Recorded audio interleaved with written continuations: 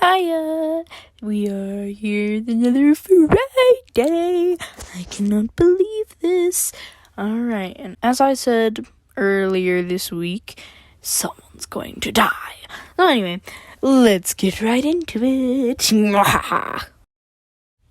Chapter 7. Darwin was cutting through the demons like butter, and the dark elves were being pounded away by the minotaurs below. But Mataro got the chance to stay at Vex's side, because earlier, a demon crashed on the demon with Vex inside of it, and knocked him out. Mataro slowly found her way back to normal, and sat next to Vex. "You should see your face right now," Vex whispered a moment later. Mataro's eyes shot up. "Vex?" she said, smiling. He sat up slowly. "I made an air pocket. I still had enough room to live," he chuckled. They hugged and kissed softly. "Now let's go help Freya," Mataro said warmly. They ran to Freya and used all their power to protect the elves from the dark elves. Azzy was somehow missing, but no one realized yet. "Where am I?" she said, opening her eyes in a purple dimension. She saw a crowd of ancient elves. "Who are you guys? Where am I?" she said, really panicked. They looked over, and some smiled, some gasped, but others didn't even look. "Azzy, come here," the oldest said. She slowly walked to him, not knowing who to trust. "You moved acid, right, Azzy?" he asked softly, with a grin. She nodded. "Is that a problem?" she asked, holding her hand to her chest. "No, young princess. It means you are one of us, the rare kind of elves meant to protect all of the rest," a woman said, and the rest of the elves began chattering and waving, some still smiling. "What? No one's mad?" she asked, putting her arms down. "Of course not. Now, you're in big trouble out there, though, and we wish to help," a tall, broad woman said. "We all powered through our anger, and so you need to harness yours," another elf said, pointing to Azzy's chest. She nodded and concentrated on her anger. "The dark elves took everything. My friend's in trouble, and I have the key," she thought to herself. She felt an enormous amount of energy surge through her, and she opened her eyes to see she was on top of the castle again. "The dark elves will be no more," she growled quietly.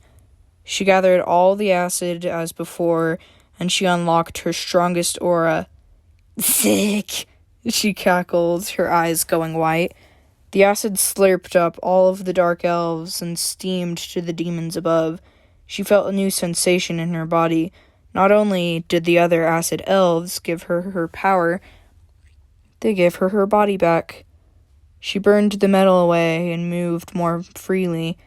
Freya and the others watched as all the demons and beasts melted away, as he moved slowly and gathered the acid into the sky. "Thank you," she whispered to the spirits that had helped her. She swirled the acid higher, and then spread the acid into specks, mixing them into the air to the point that it was safe to breathe. Azzy then jumped down and kicked a demon that had swallowed her, and it aggressively shot off the side of the floating islands. Freya ran over and gave her a hug. "Azzy, you're amazing!" she said, smiling. Azzy's aura slowed. "White aura! Incredible!" Maychek said, holding Mataro and huffing. "Well, it was very nice being with you," Azzy chuckled. Freya's smile died. She didn't know what she meant. "Azalea, you're..." Freya couldn't speak. "Yeah, I kind of feel it. I'm not even really alive anymore," she chuckled weakly, looking down at Freya. "But you go enjoy yourself. You're the artist of your own life. Don't hand the brush to anyone else," Azzy said, smiling. Vex and Mataro held hands. and Freya hugged Azzy one last time. Freya cried and hugged her until she was hugging the air, and when she did, she shouted and started crying more. Yulino and Fantasy ran over, but it was too late. Moonfox patted Yulino and huffed. "She's with the acid elves," he said, holding back tears. Everyone else was too. Maycheck scooped Freya up, and they all slowly walked back to the castle. Tide ran over to them and sat in front of Freya. "You can stay here or come with us," Vex said, softly patting his neck. He scooped Vex up and purred, and they all continued, saying goodbye and making their journey back home. Darwin went into his smaller form and trotted alongside them for a bit. "I'm sorry for your loss," the serious head said softly. "We'll be leaving now. The skulk still needs us." The other giggled. Mataro nodded and watched him run off into the woods. Then she jumped onto Tide's back with Vex. They took a detour through the crystal woods. Most of the crystals hung from vines, and some came from the ground. "I like when the wind blows through the vines," Mataro sighed. "Sounds like wind chimes," Mataro said, holding a leaf. "I miss her. She was really fun," Vex said, glancing at Freya, who was asleep in Maycheck's arms. The group silently walked through the woods for hours, and they stayed the night in a crystal-covered cave. Vex told stories about his childhood with Maychex. Freya climbed to a ledge and was staring at the stars for a bit. She stayed awake for a long time as the rest slowly went to bed, burning out the fire, setting up beds, and going to sleep. The whole time, peaceful melodies were made by the crystals in the wind. After a while, Freya began to see blue smoke and heard music and laughter. "Who could possibly be doing that?" she murmured. Freya leapt up and climbed through the trees. She saw tons of creatures gathered and a green fire in the middle. But what caught Freya's attention was a man-like dragon creature. He was crouched down and dancing with a blue lemur. She carefully slid down from the tree and got a little closer. Freya loved the melody they were playing and the cute little dances of all the creatures. A big crystal goblin was making the music with different kinds of crystals, and there were 3 moon wolves with deer horns. Freya wanted to say hello, but as soon as she stepped out into the light, the wolves scattered and the goblin stopped playing his music. The boy gasped and ran off, and Freya's ears went down as she stepped out slowly. "You nice," he snorted. Freya thought for a second and nodded. "Good. Glug Glug will play," he grumbled as he grabbed his crystals and started playing again. Freya wagged her tail, and she sat down on a log to listen. A little later, some small creatures scuttled over. The blue lemur from before that was dancing slowly crawled over into Freya's lap. She liked the peace the music gave and how the crystals made all of the sounds. But everything stopped when a group of men ran out and put all the creatures into nets and cages. "Hey, what do you think you're doing?"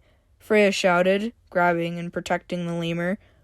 "Look, we capture pets, okay? Or stuff 'em or something, use 'em for food," one man said, as he shoved some small birds into a cage. Glug Glug stood up and growled. "Glug Glug not happy! Glug Glug will smash!" he said, grabbing a crystal-covered club. Freya gave a half-smile and stepped back before the goblin attacked the men. But before anyone got hurt by the goblin, a man in a cloak jumped onto him and tied him up. Then he sliced off his head from his thick shoulders with the sword.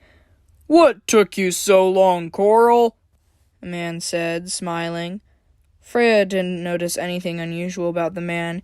He looked to have a bag on his back and goat horns glued to his hood.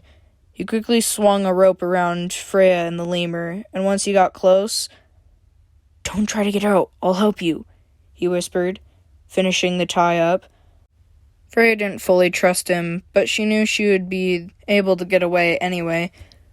"Sorry," he whispered. "Wait!" Freya was knocked out as they loaded up all the animals onto a wagon and hauled them away to an ice-like village, the village of frogs. Wahahaha! I think this tiny little episode makes up for the very, very long episode we had last week. Anyway, hope you really miss Azzy, because she's definitely never, ever, ever, ever coming back ever again, because she's dead. But anyway, now we have Coral introduced to us. Mwahaha!